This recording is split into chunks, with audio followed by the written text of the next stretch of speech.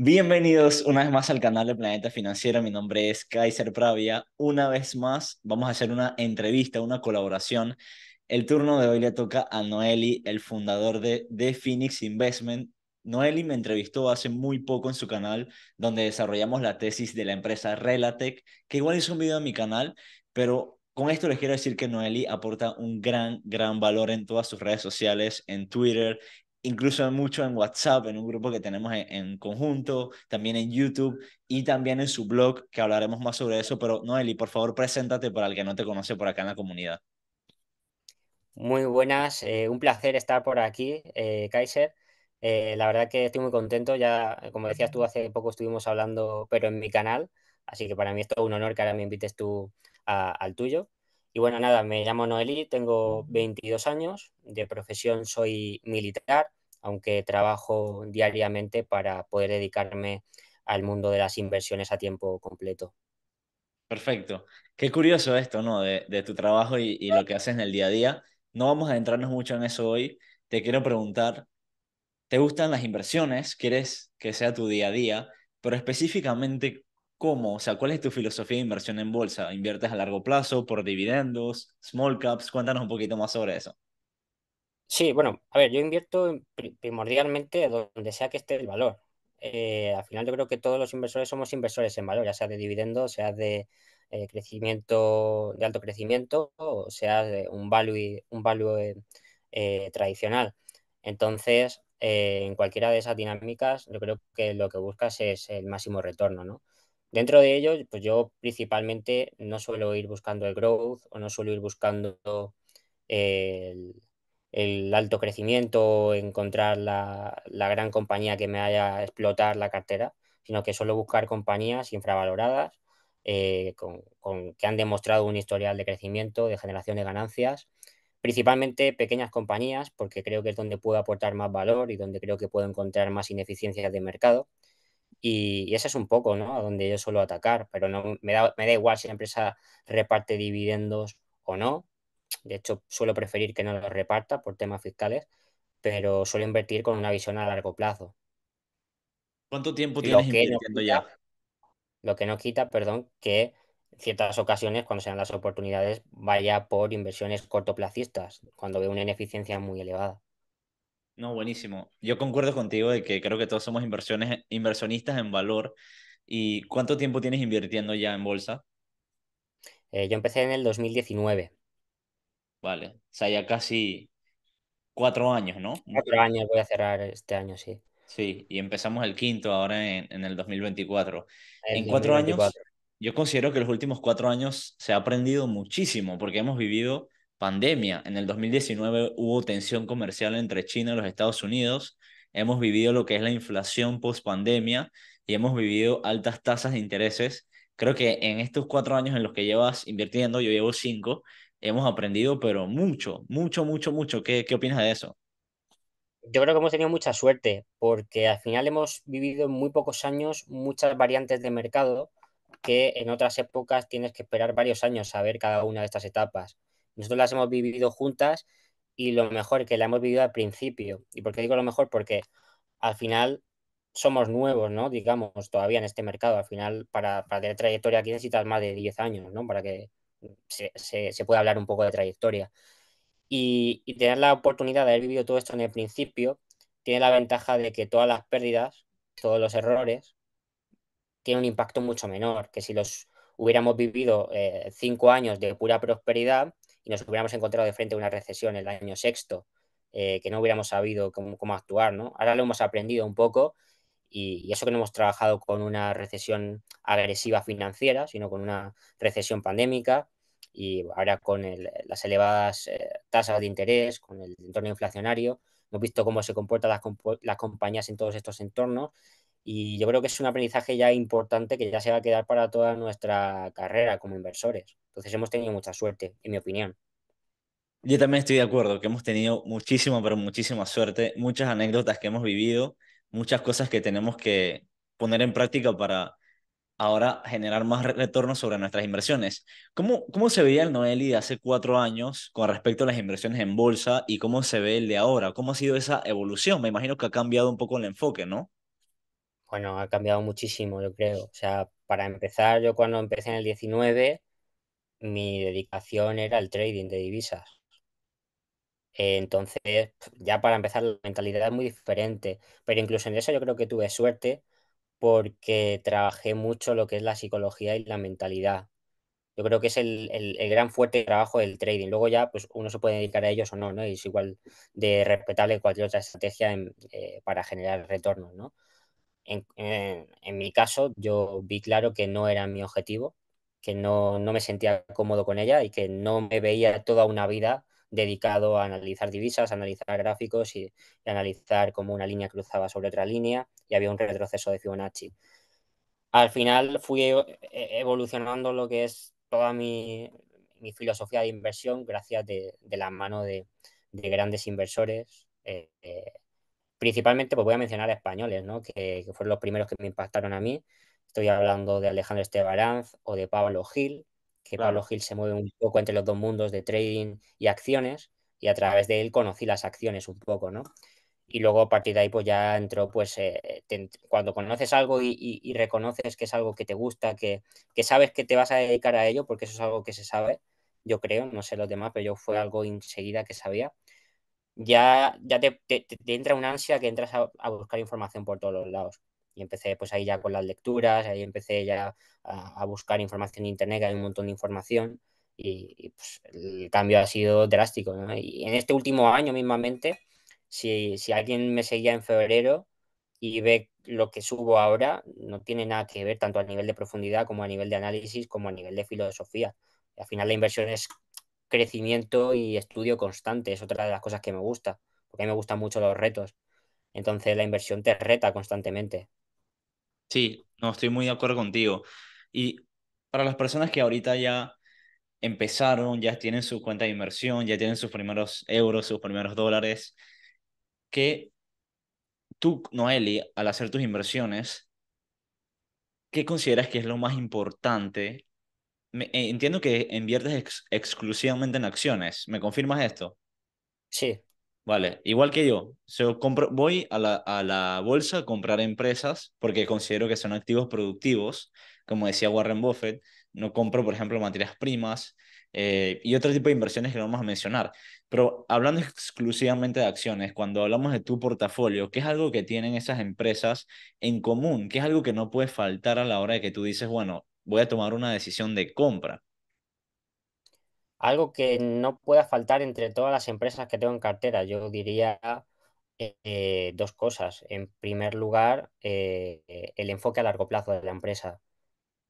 Eso para mí es principal porque yo invierto a largo plazo, entonces no puedo invertir en una empresa que está buscando el corto plazo. ¿Y qué implica eso? Implica una directiva alineada, implica unos objetivos claros. Me gustan las empresas que tienen objetivos a largo plazo, que luego puedes basarte o no en ellos, ¿vale? Yo ya ahí no me meto, yo en concreto no me baso, porque luego evidentemente cada directivo pues, va a intentar inflar lo máximo posible, ¿no?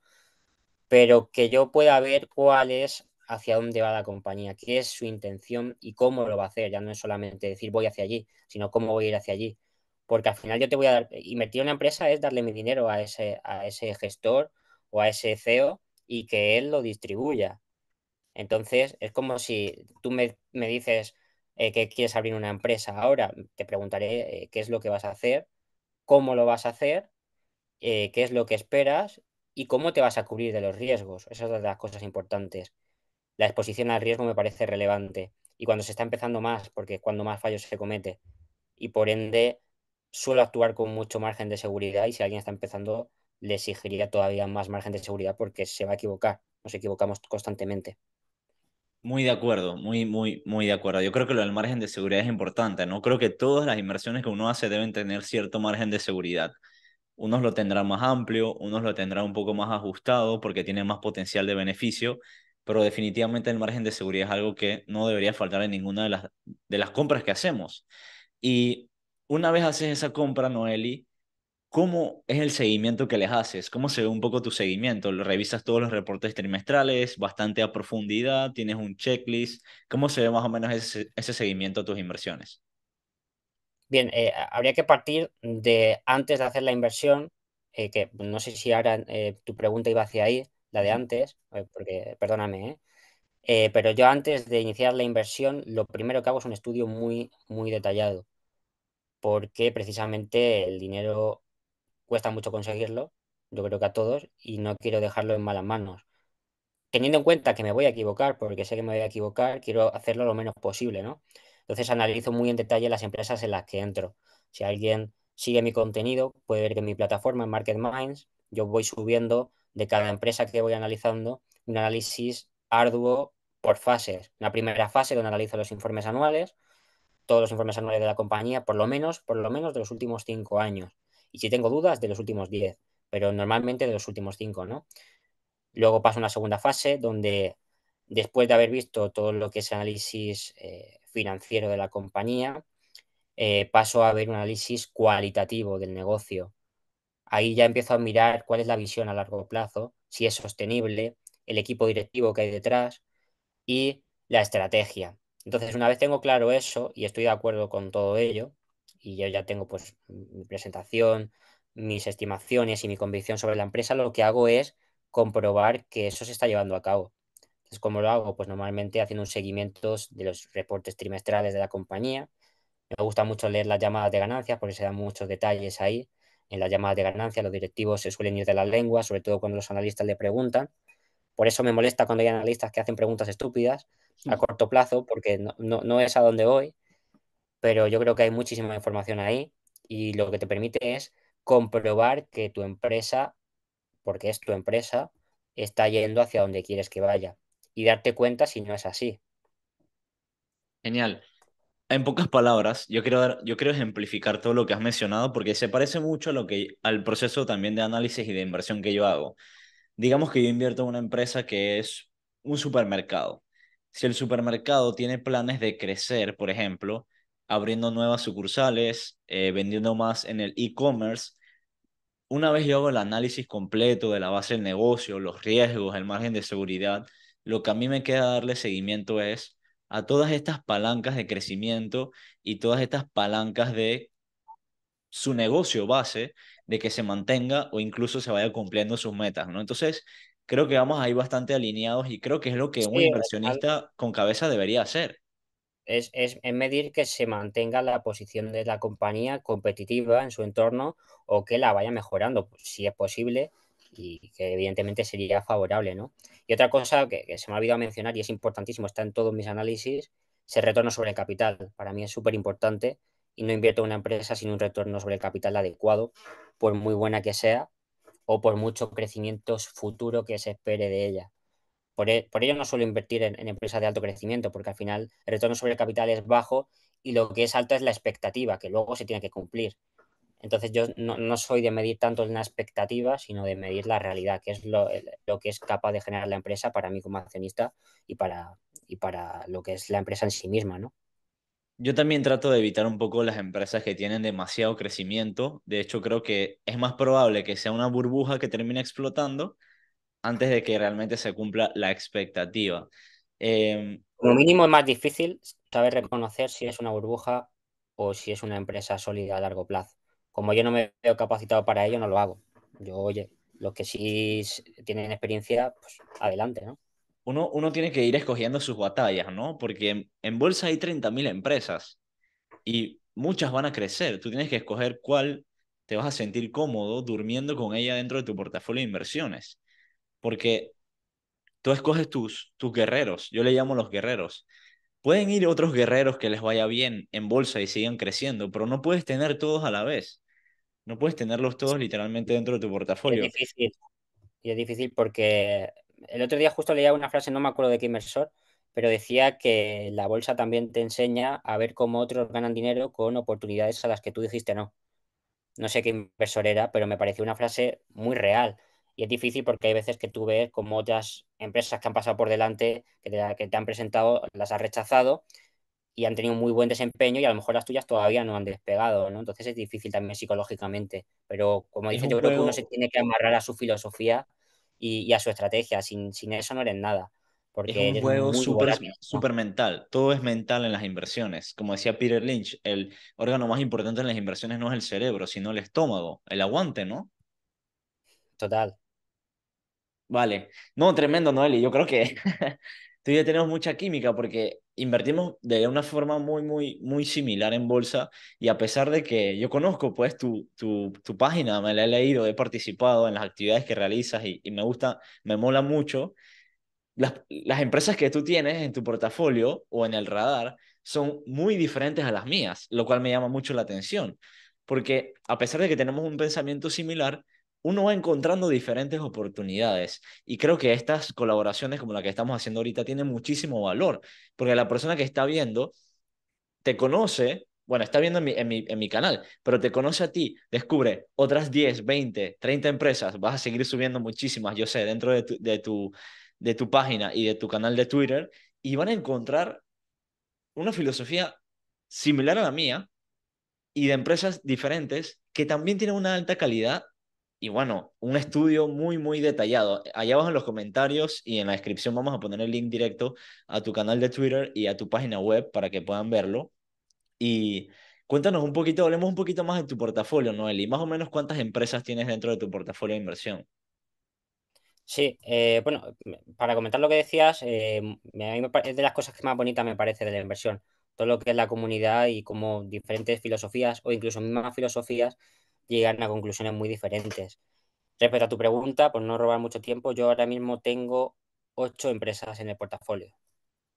De esas 8 empresas, ¿cuántas son pequeñas? ¿Cuántas son small caps? ¿Cuántas son huge caps?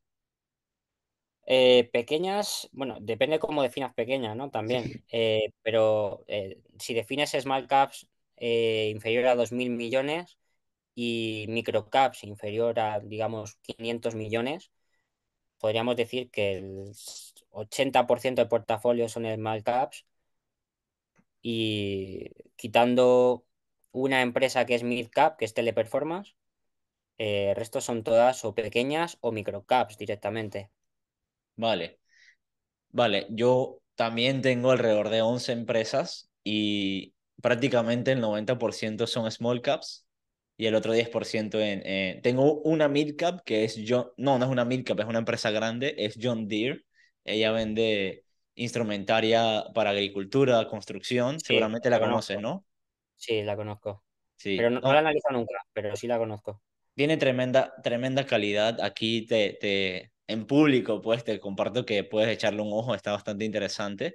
Y, y creo que el mundo de las small caps, sobre todo en este momento, tiene un punto de mucho margen de seguridad, ¿no? Hay empresas de alta calidad cotizando a múltiplos muy bajos. ¿Cómo te sientes tú respecto a eso? Sí, vamos a ver, o sea, en mi opinión, por lo menos sí. Yo creo que hay una diferencia enorme. El otro día había un estudio, lo publicaba en mi web, donde se veía la enorme diferencia entre la inversión en grandes y en pequeñas compañías, ¿no? También suele ser habitual cuando hay riesgo de recesión, cuando hay miedo, el capital suele salir de las pequeñas compañías, ¿no? Y irse a las compañías más grandes o incluso salir directamente y refugiarse en la renta fija. Y en este caso, pues lo que tenemos son las grandes, con todo el capital invertido allí, en las grandes compañías, tenéis a las siete magníficas tirando del índice, y en general, pues el sector de las grandes compañías, pues bastante superior en cuanto a entradas de capital frente a las pequeñas compañías, ¿no? Entonces eso da una oportunidad, en mi opinión, ¿no? Y según yo lo veo, pues histórica y que no sé en cuántos años podré volver a ver una oportunidad así de invertir en pequeñas compañías. Por eso me estoy concentrando tanto en ellas. Aparte de que yo creo que es donde más ineficiencias hay por el hecho de que son mucho menos seguidas y hay mucho menos información, que te tienes que buscar la vida para encontrar información más allá de los informes anuales y que no hay una llamada de ganancias o un foro o una gran empresa que la siga y que publique sobre ella los datos que te hacen falta. Te tienes que buscar un poco la vida, ¿no? Y eso es lo que me gusta. A mí me gusta esa pasión de ir rebuscándome y encontrar información. Entonces ya te digo, la única grande así que tengo, y tampoco es tan grande, es Teleperformance, que no sé en cuánto capitalizará ahora, estará entre los 7 8 mil millones, pero a partir de ahí tenemos 2.000 millones, Canada Goose, bueno, menos de 2.000 millones, tengo Italian Sea Group, que es una microcap prácticamente, tengo a Flates de Giro, que apenas se acerca a los 1.000 millones, tengo Watches of Switzerland Group, que sí que supera los 1.000 millones, se acerca a los 2.000 millones en el Reino Unido. Ujú. The Cheesecake Factory, también Small Cap en Estados Unidos, Nagarro Mm, en Europa, en el sector IT, también muy castigado, y sí, luego otra microcap como puede ser Newlat. ahí compartimos Newlat, dijiste. Newlat, sí. Sí, sí, yo Newlat, aquí en el canal hice una tesis de Newlat y bueno, ha ido muy bien desde entonces, ¿no? Desde que publiqué la tesis, creo que fue hace unos 3 o 4 meses y no, tremendo portafolio de alta calidad. Yo de verdad que recomiendo mucho que vayan a ver tus análisis que son muy, muy detallados, súper, súper extensos y te si felicito la por subiste eso. hace 3 4 meses, yo creo que la estuve estudiando más o menos en la misma época. La estudié a principios de año, yo creo que fue en el primer trimestre, así que más o menos por ahí estuvimos viéndola. Y la verdad que Compartiendo. sí, la has concertado muy bien y lo que le queda, ¿no? En mi opinión. Noel, y una pregunta, ya que nos cuentas sobre tu portafolio, ¿cuál es el objetivo con tu portafolio de rendimiento? Debes tener una meta, ¿no? Un rango. Cuéntanos sobre eso. ¿Qué es lo que tienes pensado detrás de estas inversiones? Me preguntas sobre mi objetivo de rentabilidad anualizado. Así es, O, correcto. bueno, el promedio de mi cartera, te digo de memoria porque no lo tengo aquí apuntado, pero sobre niveles actuales estamos hablando de una tasa de retorno anualizado superior al 19% hasta 2026, lo que es el promedio de mi cartera. Luego tengo oportunidades que también conllevan más riesgo, pero también de las que espero un mayor desempeño, como puede ser Canada Goose, de la cual espero que se multiplique entre 3 y 4 veces en los próximos 4 a 5 años, y otras con menor potencial de desempeño a largo plazo, pero un fuerte desempeño a corto, como puede ser Teleperformance, de la cual espero una buena revalorización en cuanto pase ese miedo que yo creo que hay vigente, o Sí. empresas como Watches of Switzerland o The Italian Sea Group. Te felicito porque yo creo que está excelente que tú sepas o visualices que tu portafolio puede generar 19% en los próximos 3 4 años. Yo creo que tener eso escrito, analizado, promediado, tiene mucho sentido, porque si uno no tiene eso medido, al final puede ser que ni siquiera termine batiendo al mercado, ¿no? Y está haciendo todo este trabajo prácticamente por gusto. Te Sí, felicito, te yo lo mido felicito. también sobre todo porque hablamos de que la situación que tenemos ahora es única y eso implica muchísimas oportunidades. Entonces yo tengo que medir el coste de oportunidad. Muy de Tengo que medir el acuerdo. coste de oportunidad a la hora de elegir una compañía y a la hora de elegir el peso también. Muy de acuerdo. Mi portafolio personal, creo que nunca había hablado sobre esto en el canal ni con nadie. Creo que es un tema de conversación muy interesante, ¿no? Lo que espera tu portafolio. Mi portafolio, eh, yo visualizo que va a tener un rendimiento entre el 16 al 19% también, más o menos. Y uno siempre peca un poco de conservador con lo que realmente pueden hacer cierta Sí, empresa. claro. Pero es lo que te decía antes, contamos con que quizás tenemos mucha menos experiencia o somos más nuevos, porque aún teniendo 3 4 años seguimos siendo nuevos y evidentemente hay que ser conservador y también hemos vivido la época que hemos vivido, donde ha sido un caos.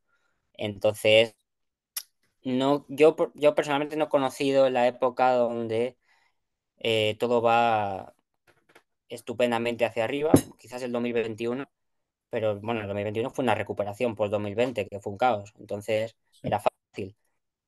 Sí, Y prefiero pecar de conservador antes que ir con la expectativa muy alta, como le pasó a mucha gente en el 22 y llevarse la hostia. muy de acuerdo. Noel, y ya para ir finalizando la entrevista, ¿qué le diría el Noeli ahorita del 2023, prácticamente 2024, a ese Noeli del 2019 que no tenía el panorama tan claro? ¿Qué consejo le daría o lo felicitaría por algo? Cuéntame un poquito más.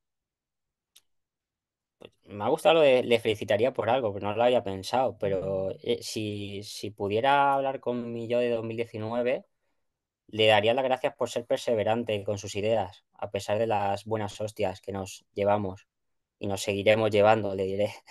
Pero cada una ya es diferente, no tiene nada que ver un golpe de ahora con el golpe anterior. O sea, pues cambia todo, ¿no? Al final, lo importante es seguir avanzando hacia adelante, seguir creciendo, seguir manteniéndose perseverante, que yo creo que es lo principal y es el mayor mérito que ha tenido ese Noelí. Y lo que yo le agradezco, porque a veces es muy complicado y a veces hay ganas de estar por ahí de fiesta y estar ahí relajado y decir, oye, dejo de pensar en el largo plazo y pienso en el ya. Sí. Y mi consejo sería ese, que siguiera manteniendo esa perseverancia, esas ganas y que siguiese aprendiendo. Vale, usualmente hago esto después de la entrevista, pero de verdad que te quiero felicitar mucho y desear que te voy a seguir apoyando. Me gusta mucho lo que subes, tus estudios, así que lo recomiendo full a Noeli y sobre todo te exhorto a que sigas echándole caña porque mejores cosas y mejores resultados van a venir. Y para la última pregunta, si Noeli de Phoenix Investment fuera, o Market Minds, fuera una inversión, ¿cómo la definirías? ¿Cómo definirías esta empresa? ¿Qué ventajas competitivas tendría? ¿Fuera una empresa de crecimiento especulativa a largo plazo? Cuéntame. Me ha atacado con mi propia Exacto, espada, ¿eh? tu propia pregunta. Em, Mi ventaja competitiva principal sería la gestión de el capital. Y el capital no hablo del efectivo, hablo del tiempo. Hablo de la gestión del tiempo, también el efectivo, ¿no? Pero sobre todo el tiempo. Yo creo que es, si yo fuera una empresa ahora mismo, yo creo que mi materia prima más importante o mi inventario principal sería el tiempo. Entonces, lo gestionaría con una visión a largo plazo, que es lo que estoy haciendo ahora, que implica quizás ciertos sacrificios a corto plazo, pero que yo creo que se puede convertir en una gran compounder a largo plazo. Entonces, ¿qué tipo de acción sería? Yo creo que sería una compounder a largo plazo, pero que no se basa en expectativas, sino que se basa en que con las herramientas que tiene ahora, tratar de conseguir el mayor retorno sobre el capital posible. Te felicito, Noeli. De verdad que muchas gracias por estar por aquí. Muchas gracias al que vio hasta el final de la entrevista. Está dispuesto a observar todo el valor posible. Y si quieres dar un mensaje final, este es tu momento. Si no, nos despedimos. Nada, simplemente pues animar a todo el mundo a que trate de rentabilizar su efectivo, que no deje que se muera en el banco o que se queme. No estoy invitando a que inviertan en acciones, eso sería la última opción después de haberse formado, pero sí que busquéis alternativas, ya sean cuentas remuneradas, ya sea renta fija, ya sea cualquier forma de que vuestro capital no se quede parado, porque de verdad que si os ponéis a estudiarlo es una barbaridad lo mucho que se pierde al no hacer nada. Entonces ese es mi ánimo y el otro consejo ya fuera de inversiones, que sea cual sea vuestro objetivo, que vayáis a por él a tope y que no os importe lo que os digan los demás, que muchas veces os van a desanimar. A mí me han desanimado un montón de veces y constantemente y cuando alguien está enfocado no te afecta nada. Tienes que seguir adelante y tener el plan. Yo sí que soy muy de tener un plan escrito, que no significa que se vaya a cumplir tal cual y que muy probablemente lo vayas a modificar cada cierto rato, pero ir con los objetivos claros. Muchas gracias, Noeli, y muchas gracias a los que vieron hasta el Un final. Nos placer. vemos en el próximo Muchas episodio. gracias por la invitación.